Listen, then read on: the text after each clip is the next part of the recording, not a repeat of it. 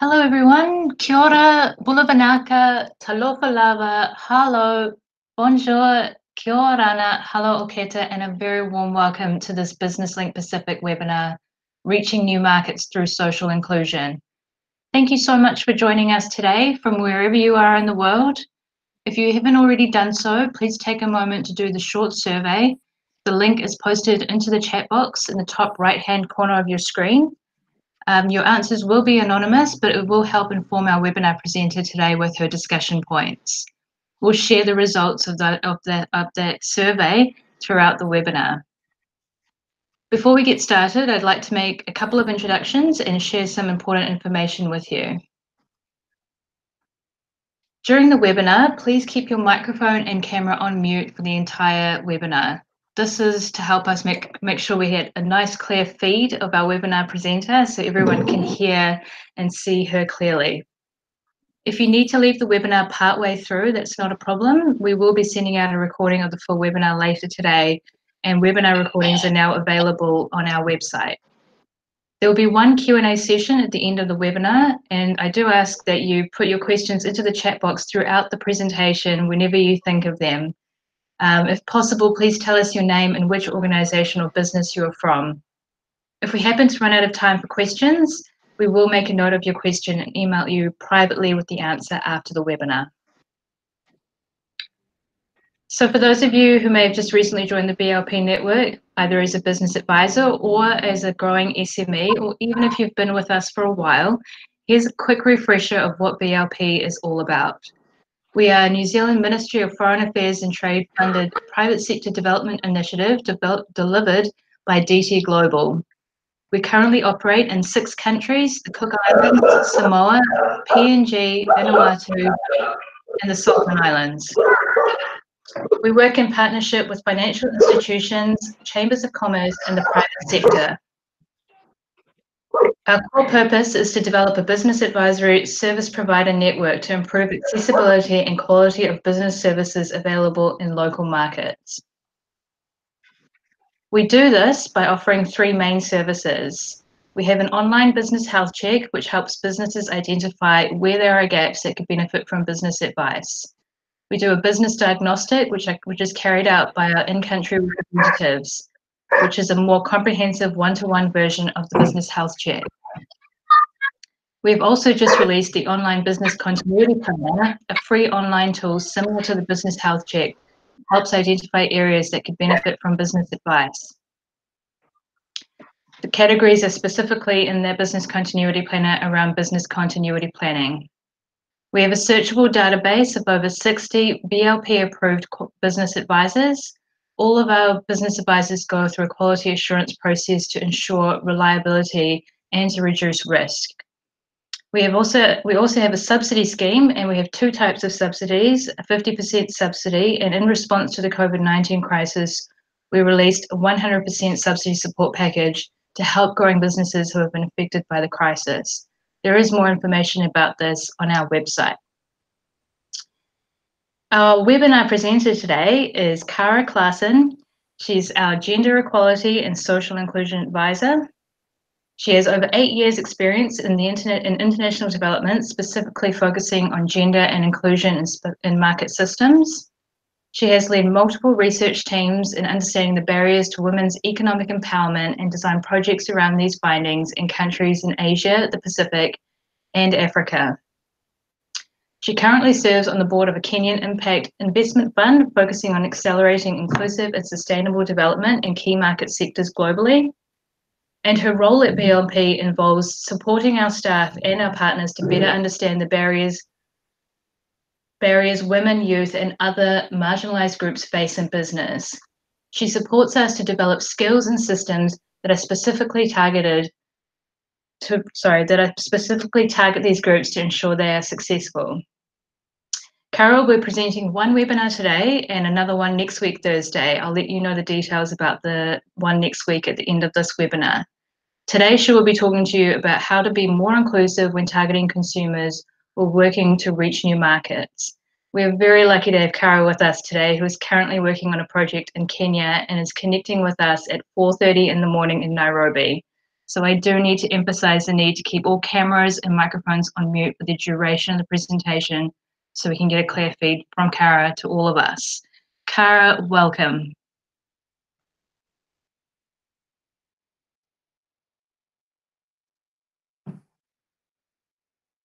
Hi, everybody. Hopefully you can hear me. Let me just get my screen shared. There we go.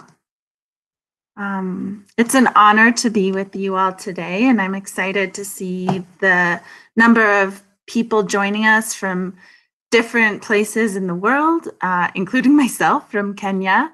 And thanks for the warm introduction, Anusha. So it's really great to be been a pleasure to be a part of the team with DT Global and working on the project Business Link Pacific. So I'm excited to share some of the thoughts that I have around reaching new markets and being more inclusive around how we target new markets. All right, so as Anusha shared, I'm going to be talking about how to reach consumers and how to reach women consumers more specifically.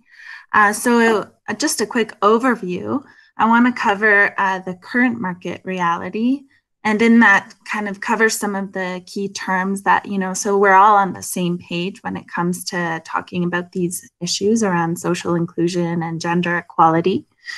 And then I want to cover some of the reasons why reaching inclusive markets is important and the business case for doing so. And then provide a few tips around how to do this and how to do this more effectively.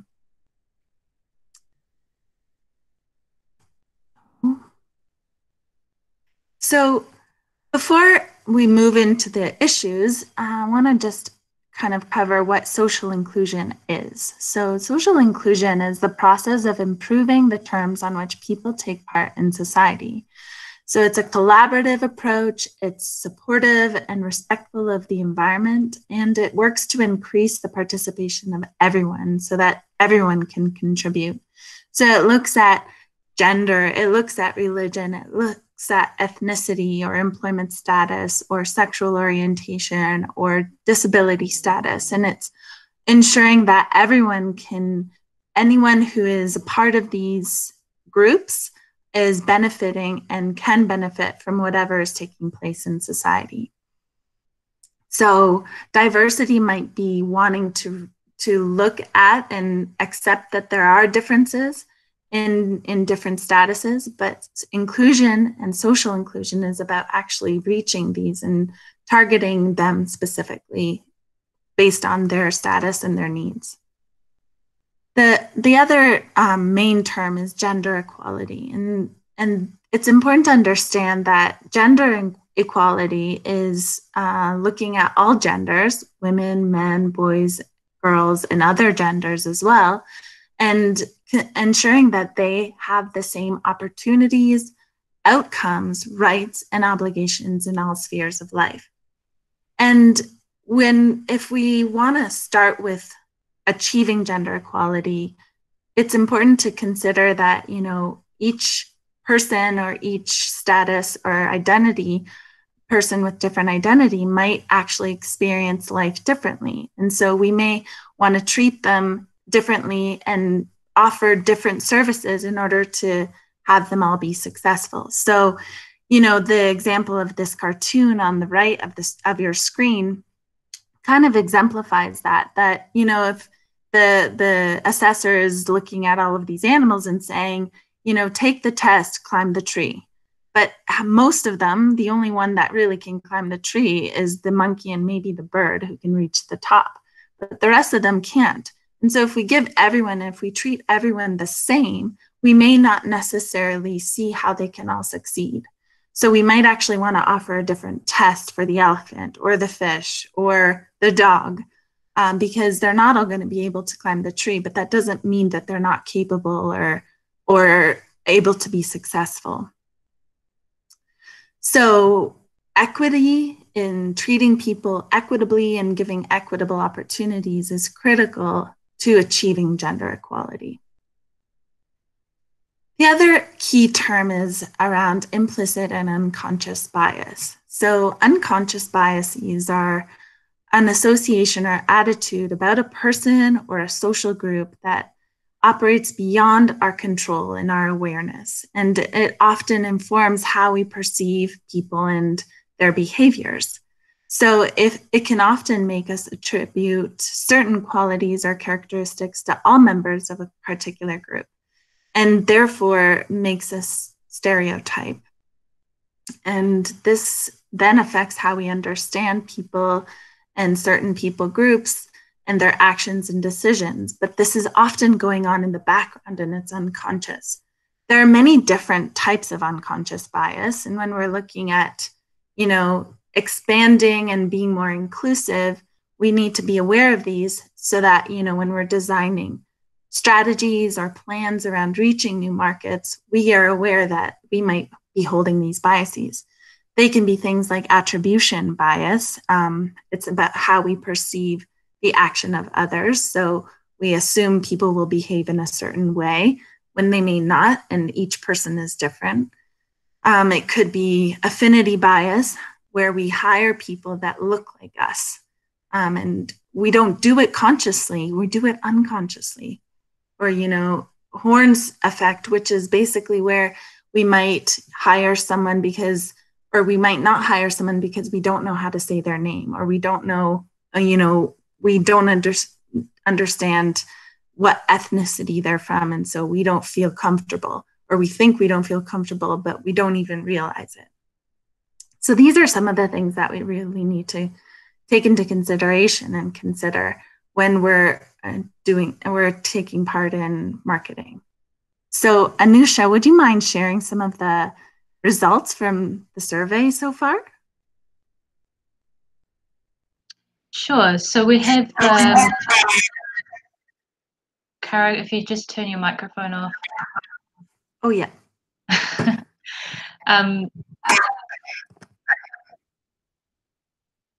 Cool. Okay, so we have so far 8 responses. If you haven't already done the survey, I've just popped the link to it in the chat box. There are only 3 questions, so you're welcome to give that a go now if you can. We have people from Vanuatu, Fiji, Papua New Guinea, and New Zealand here with us today. And for the second question, how often do you think gender would be the most predictive factor for understanding a consumer's needs? The majority of the people who are here today have said 40 to 70% of the time. And that's followed closely by 25% saying 70% of the time.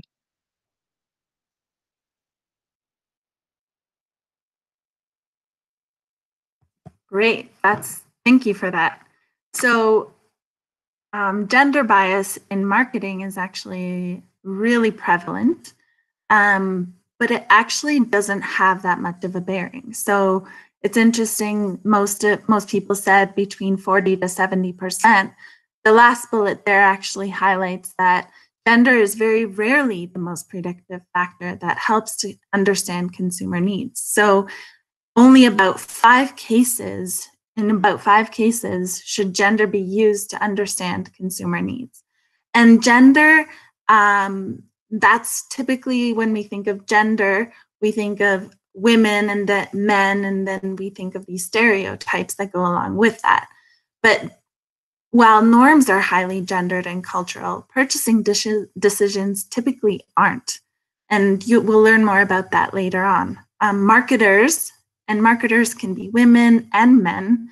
These are groups of people who design their whole, or set up to try to create strategies to reach consumers. They use gender biases, and yet these are actually shortcuts to get to the target consumer. But they perpetuate these stereotypes and these unconscious biases around what women like and what men like that actually don't always and often don't hold true. So instead of, they see consumers as women and men, rather than seeing them as people who drive or people who cook or people who clean. And by doing that, we miss out they miss out on potentially reaching women who are drivers, or men who might be cooking at home, or, people who might be buying homes or cars or things like that. And I just thought this graph on the right of your screen was interesting, that, TV commercials show too many outdated gender stereotypes. So the attitudes around that are quite high, both women and men. At almost 50% see that these gender stereotypes are high and that they don't actually achieve the results that maybe marketers intend. And there are other statistics there that you can take a look at later. One of the things is that women actually feel misunderstood. And, from all different categories, women actually are the main purchasers. About 85%, and worldwide, there's other statistics later on, but worldwide it's between 70 to 80. In the United States, it's actually higher. In other places, it might be slightly lower. But women in general make most of the purchasing decisions and are the main purchasers within households. And yet they express that 91% of women, almost all women, feel misunderstood by marketers. And these groups of marketers, again, aren't just, they're women and men making these decisions and setting strategies. Another interesting fact, in the automotive sector, 65% of women are the ones buying new cars, yet they feel misunderstood. 74% of women feel misunderstood when they buy cars, because of the marketing strategies that are used. So you can see there's a mismatch in what women want and as the main purchaser and what's being marketed. And business women feel misunderstood as well. And to give you an example, actually, I walked into a store, a couple months back, like a long time ago, and this is when I first started to realize these issues. I walked into a store to buy some deodorant, and I was just looking for a clean smell, water, fresh smell.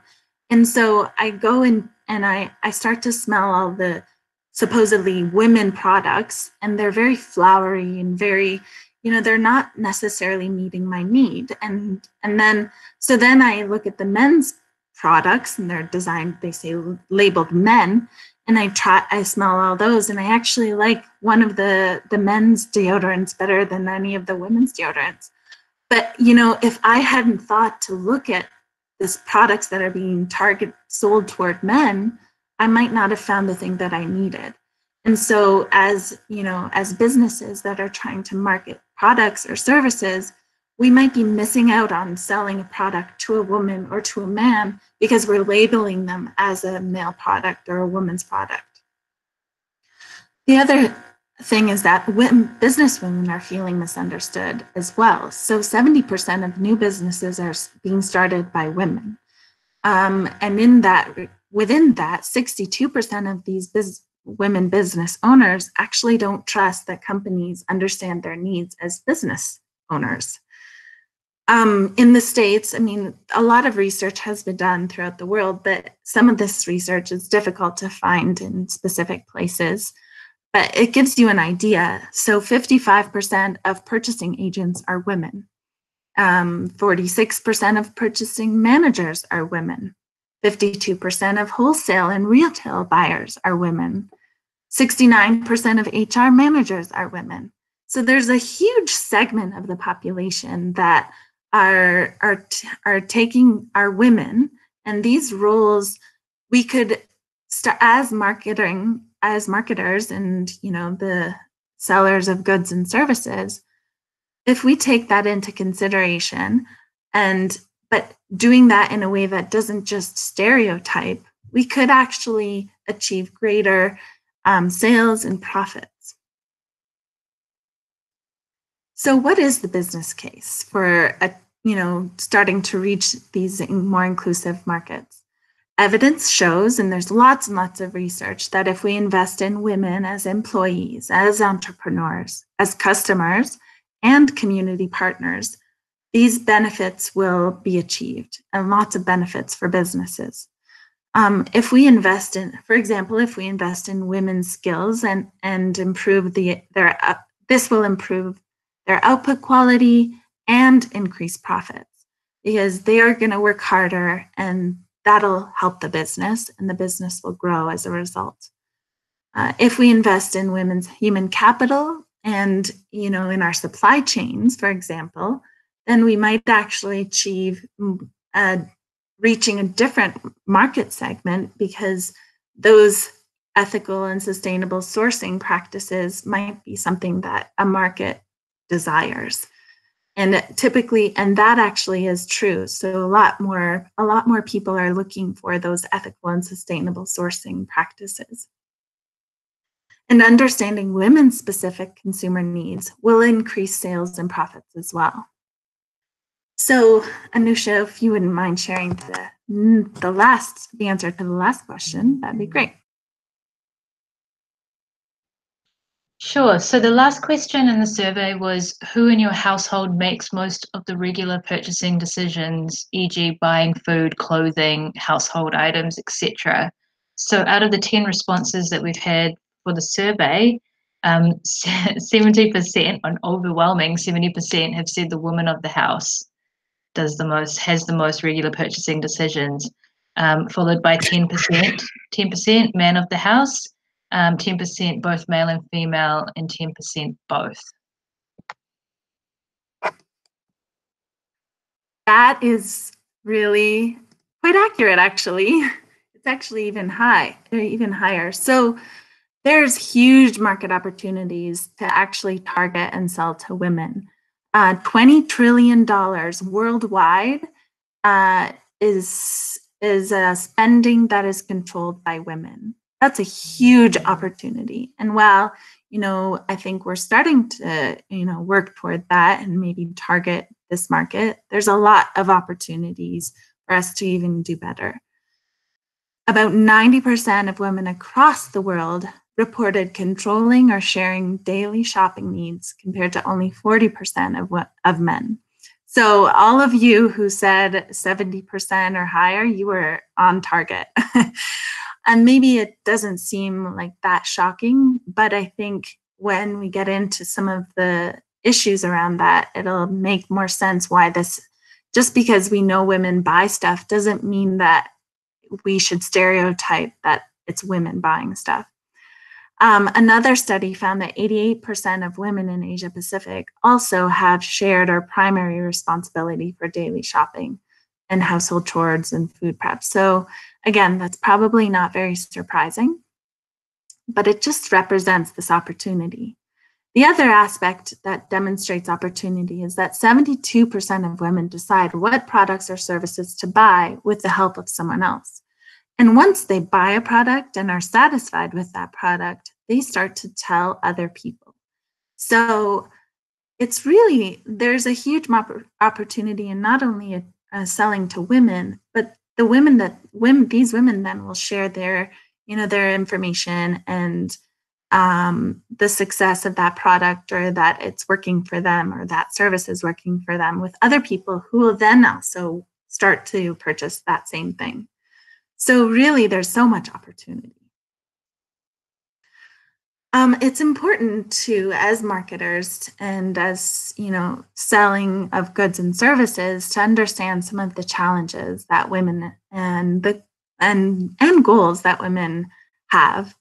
Women face 5 different challenges, typically, and it's different in different places, but overall, women will typically face about 5 challenges throughout their life, and they're especially related to their financial journeys compared to men. Firstly, they do experience a gender pay gap, so there's a struggle there. They also then experience the need for more flexible working conditions. They need, maternity leave, or they typically live longer, and they are more risk averse. So knowing these challenges can help to consider how to market specific products or services to women, whether it's, when we offer, you know, let's say we're a tour company and we are, you know, a hotel, we might think about offering daycare for women and men to have time off from their children as they might, you know, want to go for an excursion or, you know, a massage or something like that. So thinking about, okay, what are the things that they need? And, you know, if they are typically the ones taking care of the kids, how can we alleviate that stress and serve that market niche? The other aspect is to really understand some of women's goals and maybe their investment goals. So they want to leave a legacy for the next generation. That's typical, not always, but typically that's what women want. They also want to think about their retirement and how they want to live in their retirement age. Their family business, whether it's their own or, you know, someone connected to them, is really important, and making sure that that is successful is critical. And then also having a social impact. So women really are more often thinking about that being socially responsible, having a positive impact on the environment and their community. So this graph here can help you see some of those realities.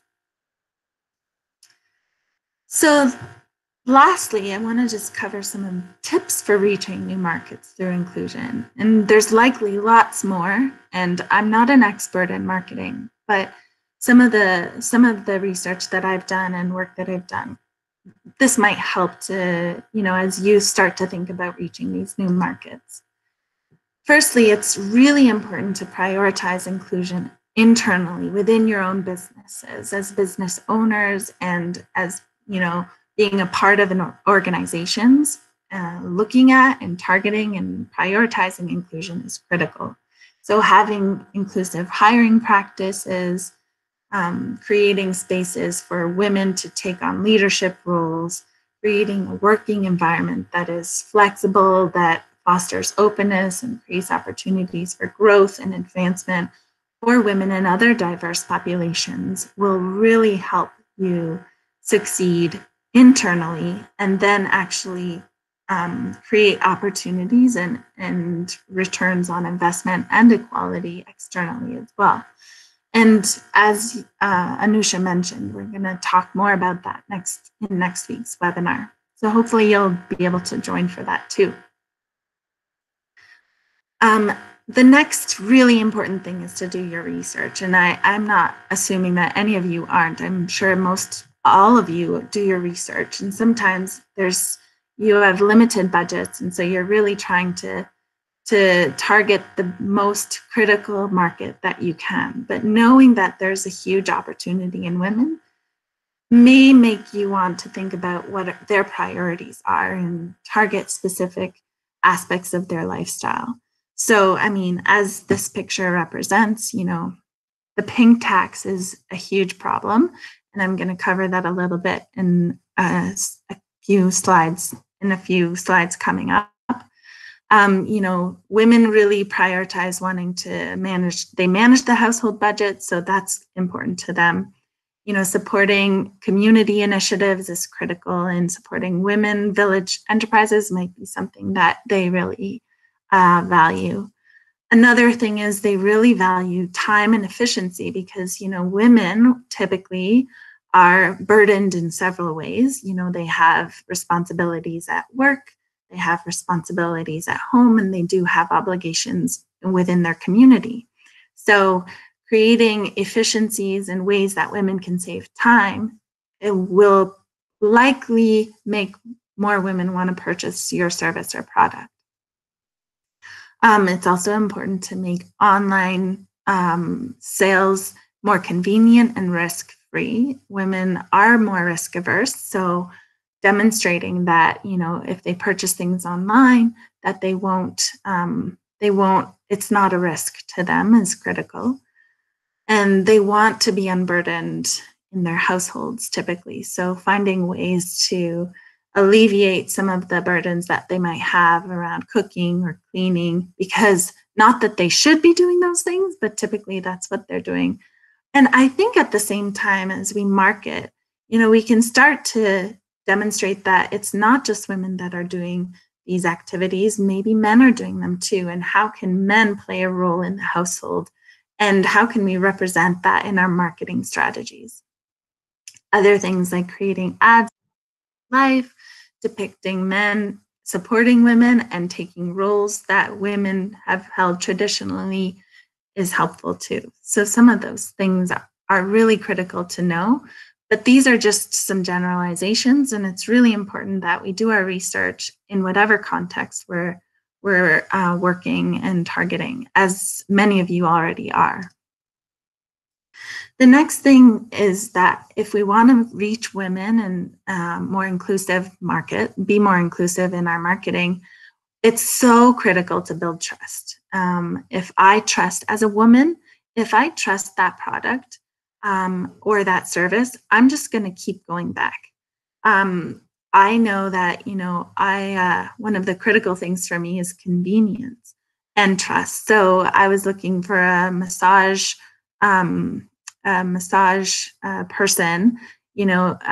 actually originally from Canada, and I was looking for someone, a massage therapist, and I was looking for someone who was trustworthy but close by, so I didn't have to travel long distances because I have many other things to do at home. So I picked someone that met those criteria, and I feel like I can really trust them, and I've actually promoted them to other friends and family members, and they've started to go to her as well. So, I mean, this kind of like word of mouth marketing, it can be really relied upon if you are successful in achieving them as a customer. Building your own and your team's emotional intelligence, people skills, and active listening skills is critical. I think often, salespeople make the mistake of talking more than listening. And so as we do our market research, it's really important to listen and, listen more than talk, because we have a lot to learn, and that can actually inform how we set up our business and sell our products and services. And obviously gathering customer intelligence and using personalized tools to target women with specific messages is critical, while not stereotyping. So, making sure that we are selling a product to a person who might be interested in understanding their specific needs. I've had a lot of friends and colleagues say that, they went to buy a car, and when they were, talking to the salesperson, that person didn't really care to provide any of this, the details around the car and the specs and things like that. And instead, they were kind of assuming that, all the woman wants to know is the color and and that there's different varieties, and, that it looks good and it can drive fast. And while those things might be important, these assumptions actually caused some of my friends to walk away from that purchase because they didn't feel like they were being taken seriously. They felt like, a bit patronized, and it wasn't really informative or helpful. So we can't assume, and we can't take those shortcuts that, women will just have a certain behavior or men will have a certain way of purchasing. It's really important to really listen, and then you might actually be really successful in your sales. And obviously avoiding these negative campaigns, rather focusing on some positive reasons to buy is really important. Typically women, that negative campaigns typically don't work for women, and it's not always the case, but that's kind of a general rule.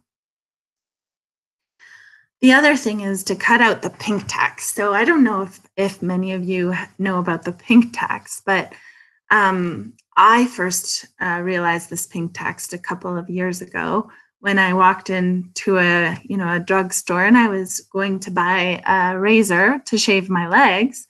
And I noticed that the pink razors, which were kind of being marketed toward women, were more expensive than the razors that were being marketed toward men.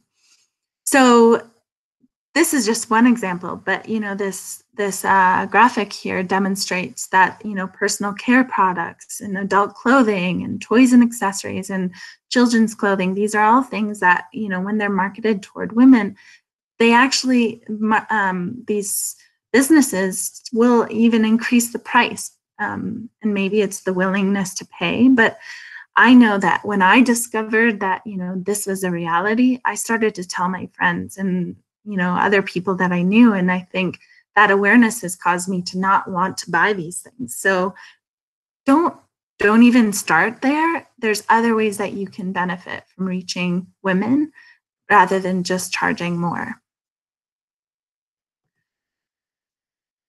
And then the last thing is, to reach women, you want to reach them where they're at. So some recent studies have shown that social media is a great place to market your goods and services, especially if you want to reach women. 40% of women say social media is a good way to keep up with the latest content. And 1 in 2 women actually recommend products and services that they've used through their social circles on social media. Women usually shop around and do their research before they buy, so be sure to promote added value details such as after-sales service and other aspects that might be critical and important for women. And so even when we think about those goals and the challenges that women face, thinking about how maybe the purchase that this woman might make or this person might make is going to also benefit a community, or demonstrate that it's going to it's not risky, or those things that we know to be really important to women. And then finally, take the time to devise a marketing plan that takes obviously the women's goals and challenges into consideration. So all of our products and services, we can create, it doesn't have to take very much for us to reach women, but if we do our research and if we do take the time to listen, we can really achieve these results. And that's about all I have for the presentation. So I would love questions if there are any, and any other thoughts too. Feedback is great. Great, Cara, thank you so much. Yes, it's question time. So if anyone has any questions for Cara, please pop them into the chat box now and I'll put them to her. I do have one question, Cara, for you from Belinda, I believe, who is from Mama's Life. Do you have any tips for the situation where women are the income earners, but it is the men who make the decisions about the spending of those funds? Oh, that's a good question. I think at this, it would be about understanding if the woman is going to buy it, but she needs the permission of the man. I think it's critical to understand both of their needs and try to create a product or service, or market the product or service to demonstrate how it's going to meet both of their needs. So I'm not sure what industry you're working in, but if it's about, let's say if you're selling a type of soap, it doesn't have to be, it can be flowery, or it can be, have a specific scent, and that doesn't have to be gender stereotyped. You can package it in a way that, is going to meet all of their needs. So I'm not sure the industry, but yeah, I think that would be something to consider, is what do they both need and how can your service or product meet their need?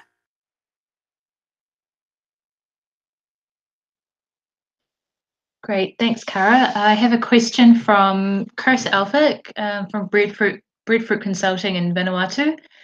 He asks, or he says, thank you for this presentation. And also, do you have any specific comments that relate to women in South Pacific cultures?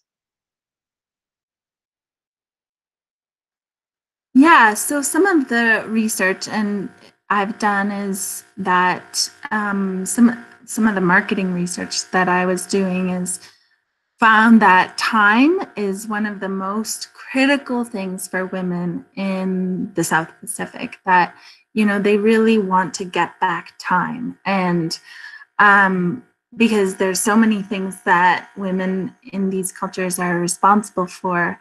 So if we can create products or services and target women that demonstrate that they will save time and perhaps allow them to save time and be more efficient, that is really important.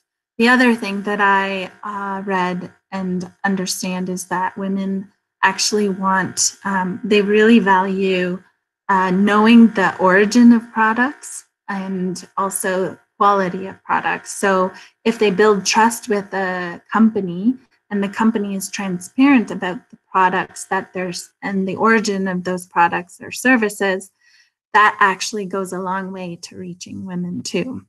Those are some examples, but it's a good question, and I think there will be specific studies done for specific countries and from where you're working. So I'm happy to do a bit more research to kind of guide in where that might, you know, on a specific location, if that's helpful. But those were some of the critical things that I have understood are important to women in those areas. Thanks, Cara. I have a question here from Sandra from BLP. How can we better understand women's needs? So, you know, do we go about this by asking them directly?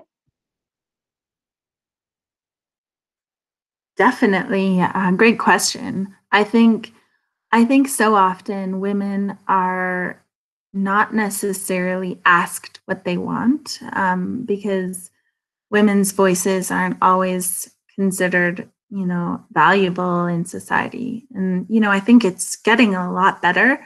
But if we take the time to ask women, you know, whether it's through, you know, person to person live or through a survey, you know, gathering some people's details and then maybe saying we'd like to chat with you later, or maybe we want to send you a survey, that can go a long way, because women actually have a lot to say and they want to share what's going on in their lives. I have, you know, I've spent a lot of time traveling. I was in Kiribati, I was in Fiji. I've been in different parts of Africa and other parts of Southeast Asia, and everywhere I go, I've had the honor and the opportunity to connect with women, and either in focus group discussions or one-on-one. And you know, when women actually are given the space to share and to have a voice, they actually have a lot to say. And so if you are willing to take the time to talk to women, and it doesn't have to be, you know, woman to woman, it can be men to women, demonstrating that you're respectful, that you want to learn. I mean, women will slowly open up, and it's really about building trust too. So women, and I think everyone want to be able to trust the people that they're talking to. So building that trust and showing that you are someone that, you know, has integrity will go a long way to being able to hear what women specifically want and what their experiences are and how we can work with them and connect with them. Thanks for that question. That's excellent advice. Thank you, Cara. We have some positive feedback from Dion Palu. I think he is with, can't quite remember the name of his business, but I know that he's in Vanuatu. He says, great content indeed has given me a better perspective on how to approach potential women-owned or women-run businesses. Thank you. And then we have another question here from our in-country representative in Samoa, John. He asks, would the same new market approach for women inclusion apply to reaching other vulnerable groups as well, e.g. youth?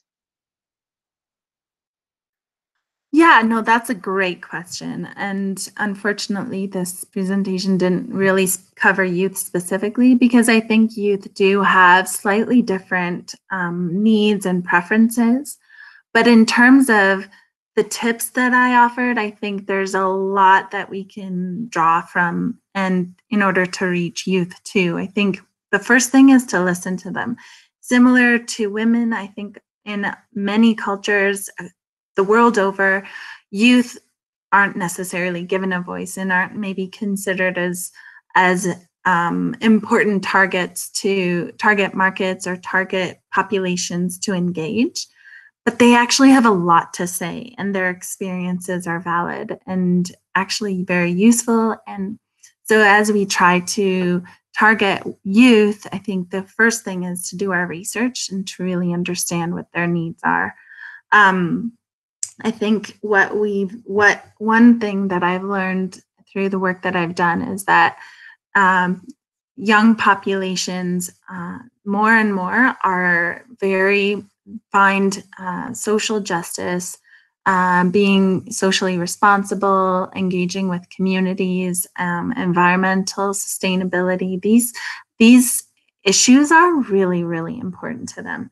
And they use technology always. And a great way to reach youth is through technology. And they're, in the Pacific, I think, the access to technology is increasing. Obviously, in urban areas, it's more so than in rural areas.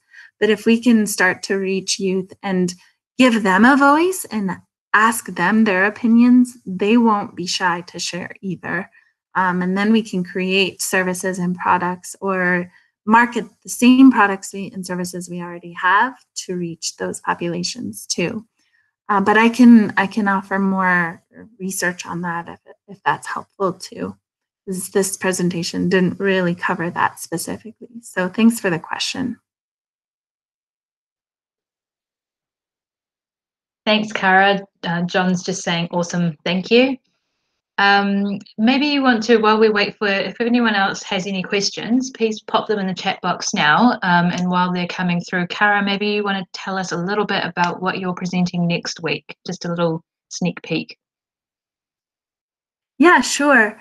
So next week will be more, so this week we kind of focused externally on how to reach new markets using inclusive markets, but next week we'll be more looking internally and that what is the business case for improving our hiring practices so that we are a more inclusive and diverse employee group. And then what are things that we can do as individuals if we feel marginalized or, maybe more excluded, either as women or youth or, other populations? How do we build skills in order to take up space to practice and participate and, be more confident? And then how do we as businesses demonstrate that we are more inclusive and take steps to become more inclusive and focus on gender equality? Because as we know, I think, or as we're learning, if businesses are more inclusive and demonstrate diversity within their businesses, that actually creates better and more engaged employees, but also greater returns and profits for businesses. So it's just a great approach. And so we'll learn more about that and some of the statistics around it and some of the realities and challenges that women and other marginalized groups face within their organizations and how we can improve.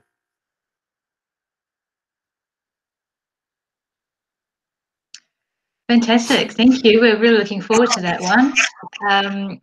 So if we don't have any other further questions from anybody, we might start wrapping up the webinar. If you do happen to think of anything that you want to ask Cara, please send me an email to media@businesslinkpacific.com and I'll pass it on to Cara. Even if you're after some specific research, as she mentioned, let me know and I will pass it on to Cara and she can get in contact with you directly. I'd like to say a big thank you to everyone for attending this webinar today. And Cara, thank you so much for your specialized expertise. It's been very informative and possibly quite an eye-opener for some of our attendees today. And I think it's been really valuable to hear your real-world experience and your tips and advice. that you've offered with regards to reaching women. Very valuable, and we'll make sure that that advice is made available to everybody after the webinar as well. We'll also be sharing the recording of this webinar, so if there's anyone in your networks that you think might be interested in viewing this presentation, please share this with them. That will be going out via email after the webinar, and we'll also make it available on our website. As Cara said, next week she'll be presenting on a different topic, reaching new markets through internal diversity, and the invite for this will be sent out tomorrow morning. Cara, if you have any final thoughts before we wrap up, would you like to share them with us? No, that's everything. Thanks so much, Anusha, for facilitating, and thank you for all the great questions and participation. I look forward to being with you next week. Awesome. I also forgot to say thank you for taking the time to present this webinar at such an early time in the morning. We really, really appreciate it, and you can go grab some sleep now if possible. Thank you everybody again for joining us, and we'll see you again same time, same place next week. Bye. Thanks everybody.